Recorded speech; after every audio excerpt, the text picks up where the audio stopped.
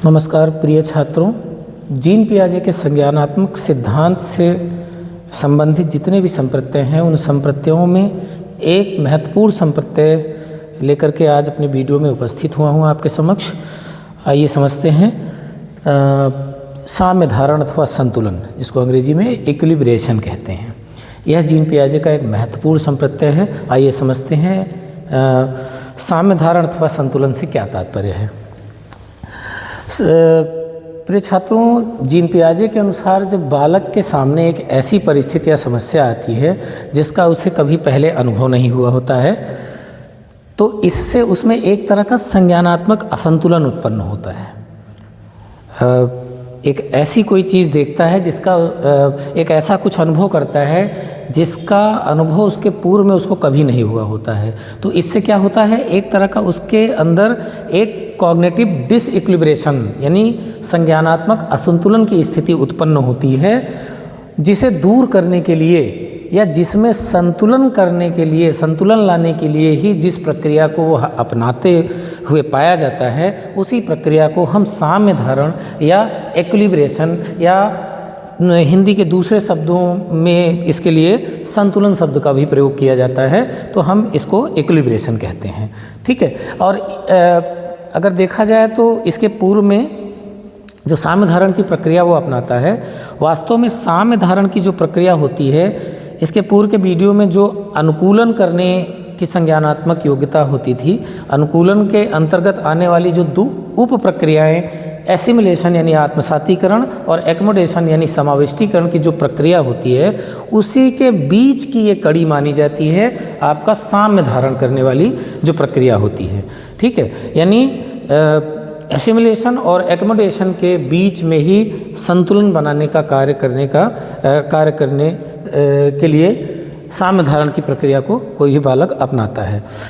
Gene पियाजे ने साम्य धारण या इक्विलिब्रेशन को डिफाइन भी करते हुए कहा है कि साम्य धारण वह प्रक्रिया है जिसके द्वारा व्यक्ति संज्ञानात्मक संतुलन बनाए रखता है या संज्ञानात्मक संतुलन बनाता है।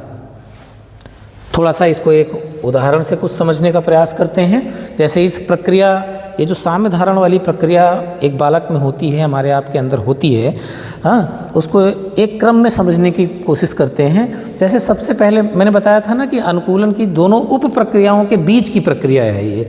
तो सबसे पहले अनुकूलन की जो पहली उप प्रक्रिया है आत्मसातीकरण यानी एसिमिलेशन, जिसमें हम क्या करते हैं, नई जानकारी को पुराने ज्ञान में, पुराने जानकारी में फिट करने का प्रयास करते हैं। नए अनुभव को पुराने जो अनुभव हैं उसमें फिट करने का प्रयास करते हैं। यह अनुकूलन की, इसके पूर्व वाला जो संप्रत्यय मैंने बताया था, अनुकूलन की पहली उप प्रक्रिया है। क्योंकि साम्य धारण या इक्विलिब्रेशन भी इससे संबंधित है, पूरी तरह से रिलेटेड है, इसलिए दोनों को जोड़ करके ही हम इसका कंसेप्ट समझ सकते हैं।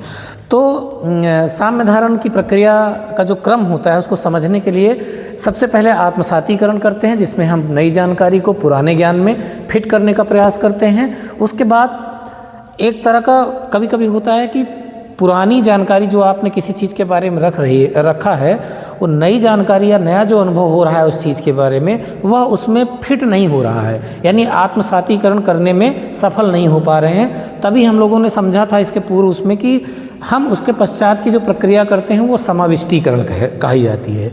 जैसे इसमें एक प्रकार का आत्मसातीकरण करने में असफल होने पर एक प्रकार का संज्ञानात्मक असंतुलन उत्पन्न होगा हमारे अंदर, और उसी संज्ञानात्मक डिसइक्विलिब्रेशन को संतुलित करने के लिए जब नई जानकारी को पुरानी सोच से मेल नहीं खाता है, तब ये डिसइक्विलिब्रेशन आता है हमारे अंदर।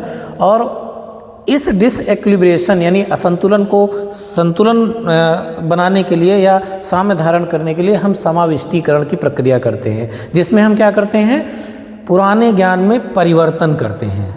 अब आत्मसातीकरण से काम नहीं चला, पुराने ज्ञान में नया अनुभव नहीं फिट हुआ, तब एक तरह का कॉग्निटिव डिसइक्विलिब्रेशन हुआ हमारे अंदर, और उसके बाद हमने दूसरी प्रक्रिया से संतुलन बनाने का प्रयास किया, जिसको हम समाविष्टीकरण कहते हैं। समाविष्टीकरण में हम क्या करते हैं कि नई जो जानकारी मिलती है उससे पुरानी जो हमने बौद्धिक संरचना बना रखी है, पुराना जो जानकारी हमने बना रखा है किसी चीज़ के बारे में, उसमें हम चेंज करते हैं, परिवर्तन करते हैं या सुधार करते हैं।